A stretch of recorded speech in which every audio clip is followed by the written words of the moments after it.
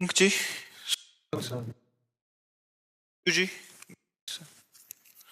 महाराज जी, आप दोनों का लगभग एक जैसा प्रश्न है। आप कह रहे हैं कि प्रभु के द्वारा ही बनाई गई सृष्टि के कारण इनका पुरुष से पुरुष और इनका तो महाराज जी कह रहे हैं कि मतलब अज्ञानतावश पुरुष जी कह रहे हैं कि 150 से भी अधिक पुरुषों से संबंध हो गया, अभी इतना नाक्रम हो गया। मैं भूतकाल की सारी वैसे किसका वैसे कोई छुपाने या शर्माने का विषय नहीं है। जैसे हम डॉक्टर के सामने अपनी हर कमी रखते हैं, ऐसे हम संत सदगुरुदेव के सामने अपनी बात रख सकते हैं। तो हमें ये लगता है कि तुम्हारे ऊपर भगवान की विशेष कृपा है। क्या अगर आप पुरुष संयोग ना करें तो स्त्री से आपकी आसक्ति नहीं है तो आप एक भगवत प्राप्त महापुरुष बन सकते हैं। क्योंकि त्रिभुवन में जब जब जहां जहां जिसने साधना की तो उसको स्त्री से मुंह की खानी पड़ी। शास्त्रों में बहुत वर्णन है। और तुम्हारा स्वाभाविक आकर्षण नहीं है। क्यों? तुम्हारा स्त्री की तरफ स्वाभाविक आकर्षण नहीं, बस रोक लेना है। अच्छा, थोड़ा विवेक से सोचो, आपने ऐसा किया भी, क्या मिला आपको? मतलब परिणाम बिल्कुल खुल के अपने ऐसे बात करते हैं जैसे दोस्त बात करते हैं। केवल डर मिला और चिंता मिली। और कोई सुख तो मिला नहीं। तो मुझे लगता है यदि आप थोड़ा भगवान नाम जप करें और इसे कंट्रोल करें, आप बहुत उत्तम मनुष्य बन सकते हैं। क्योंकि जो व्यभिचार प्राण जीव है वो ना अपना कल्याण कर सकता है ना दूसरों का कल्याण कर सकता है। और ये जो काम भोग सृष्टि में रखा गया है, एक सृष्टि क्रम को बढ़ाने के लिए रखा गया है। सृष्टि क्रम को बढ़ाने के लिए रखा गया है। तो स्त्री और पुरुष का जो संयोग विधान शास्त्रीय है वो संतानोत्पत्ति के लिए है, ना कि केवल मनोरंजन के लिए। शास्त्र सम्मत। तभी उसका जीवन ब्रह्मचर्य परायण स्वस्थ पर, और कभी साल 6 महीना में एक बार ऐसा, तो वो बहुत अच्छा जीवन।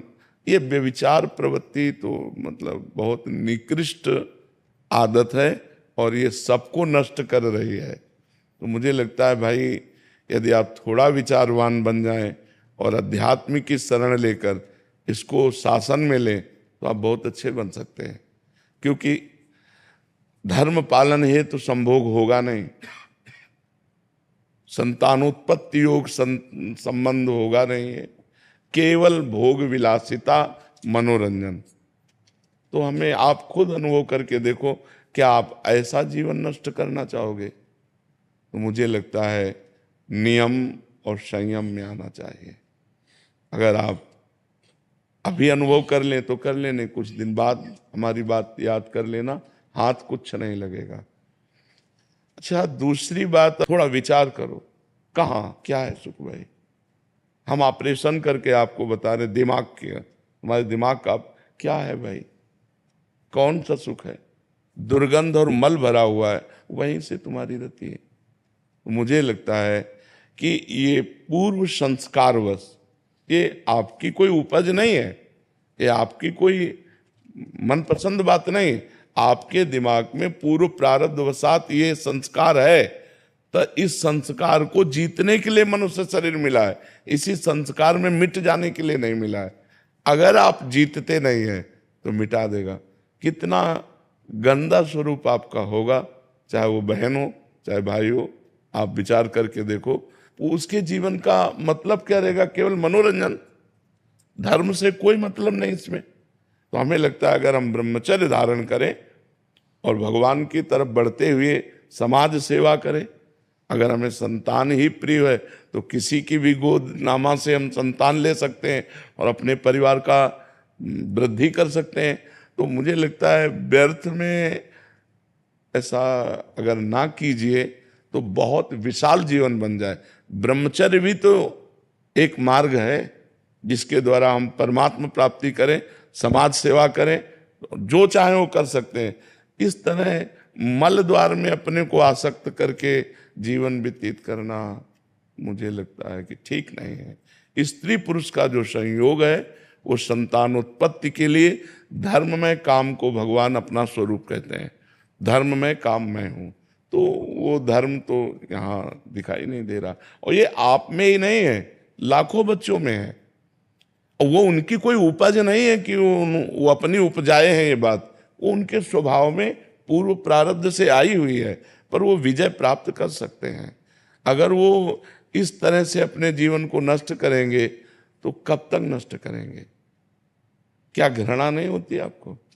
इससे जलन हो गया अंदर। हाँ, तो मुझे लगता है इसका सुधार किया जाए। एक बात हो, वृंदावन में भी आके कई बारी, मतलब ये 7-8 बारी। देखो, अगर हमारी गंदी बात है तो हम कहीं भी जाएं, गंदी बात तो हमारी रहेगी। तो सत्संग में जैसे बोले थे कि ये उपजाऊ भूमि हाँ, बिल्कुल पाप। के अंदर से कि एक पाप आपको लाख बारी दंड देगा, तो आप हाँ, तो आप ऐसा करना कि वृंदावन की परिक्रमा करना नंगे पैर और मौन रहना, नाम जप करना राधा राधा, और फिर साष्टांग दंडवत करना जब परिक्रमा हो जाए, और गलती मानना वृंदावन से। बड़ा कृपालु वृंदावन है, वो क्षमा कर देगा। और धीरे से इसका सुधार कीजिए। सुधार करने से ही हमारी बात बनेगी, नहीं तो जीवन बर्बाद हो जाएगा। बच्चा इसे खराब करती है। इसीलिए वर्तमान में राधा नाम जप करो, अधिक भगवान नाम जप करो, बलिष्ठ बनो, इंद्रिय विजयी बनो, समाज सेवा करो, माता पिता की सेवा करो। संतान की आवश्यकता हो तो बहुत से लोग ऐसे हैं जो अनाथालय में संतान दे देते हैं। बहुत से ऐसी सुविधाएं हैं जिनके द्वारा हम अपनी वंश परंपरा चलाने के लिए दूसरों की संतान, या अपने रिश्ते नातेदारों में बहुत से संतानें होती हैं, हम किसी से गोदनामा लेकर अपनी संपत्ति का अधिकारी उसे बना सकते हैं।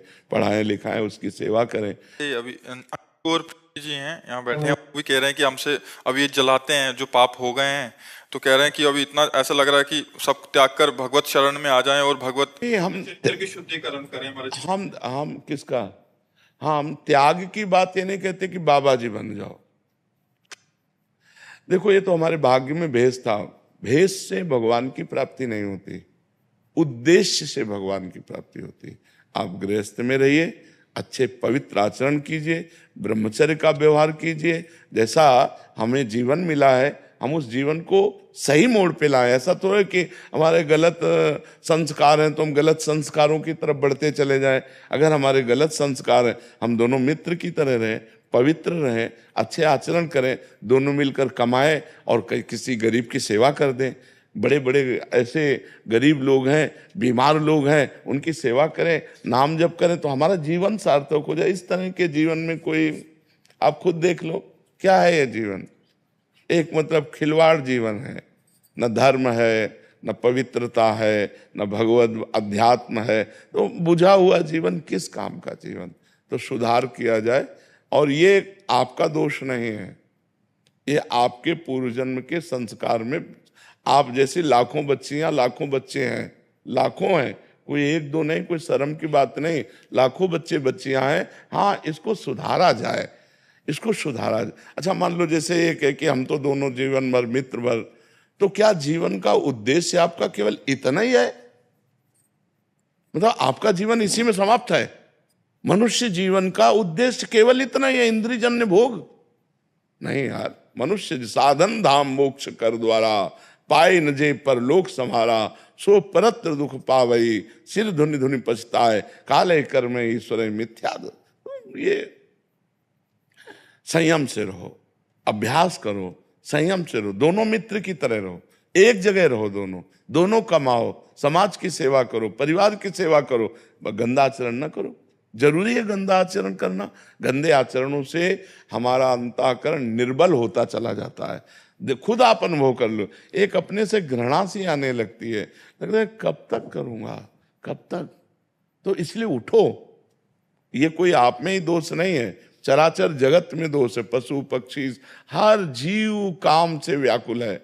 भगवान की शरण में आकर, भगवान का नाम जप कर, भगवान का चिंतन करके हम अध्यात्म बल से इसे रोक सकते हैं, दूसरा कोई उपाय नहीं। देखो, जेलें भरी हैं, अगर आप पूरी जेल को छानोगे तो आधे निकलेंगे व्यभिचार में, आधे केवल व्यभिचार प्रवृत्ति वाले नहीं मिलेंगे जो जेल में भरे हैं। ये मन है, ये गंदी आदतों में ले जाकर आपको ही नहीं, सबको अगर बचे हैं तो अध्यात्म की शरण में, भगवान की शरण में, सतमार्ग में, नहीं तो बचने का कोई चांस नहीं है। जैसे हम भोजन पाते हैं तो शौच का वेग आता है, पेशाब का वेग आता है, ऐसे काम का वेग आता है। उस काम के वेग को भजन के द्वारा, हे नाथ हे करुणामय, तो भगवान संभाले तो संभला है, नहीं बालू का बांध है, 1 मिनट में टूट के कहाँ से कहाँ पहुंच जाए। तो आप लोग शर्माओ मत, कोई समाज से हे मत समझो, ये पूर्व का संस्कार ऐसा आया है, इस पर विजय प्राप्त करो।